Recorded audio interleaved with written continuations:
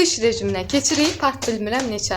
Biz qış rejiminə keçəndə nəinki paltarları, hətta ayaqqabıları da dəyişdiririk. Çünki ayaqqabı yerimiz o qədər də geniş deyil. Ona görə də bugün yay ayaqqabılarını ayırdım, qış ayaqqabılarını qoydum. Düşünürəm ki, bu tip ayaqqabı rəfləri çox dağınıq göstərir, ayaqqabılarda səliqəsiz göstərir.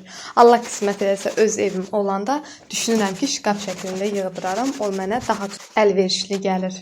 Bəs siz necə qış rejiminə keçəndə ayaqqabılarınızı da dəyişdirirsiniz, yoxsa şkafınız o qədər böyükdür ki, hər biri ayrı-ayrılıqda öz yerində qalır? Rəfləri götürdüm, qəşəng altını sildim, süpürdüm, təzədən yerinə qoydum. Dedim, təmizləyirəm, bir əməlli başlı təmizləyim.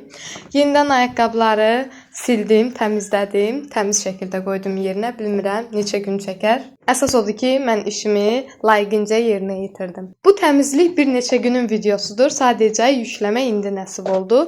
Instagramda tam aktiv şəkildə gündəlik işlərimi paylaşıram. İstəsəniz oradan da takib edə bilərsiniz. Instagram səhifəmi aşağıdan qeyd edəcəm.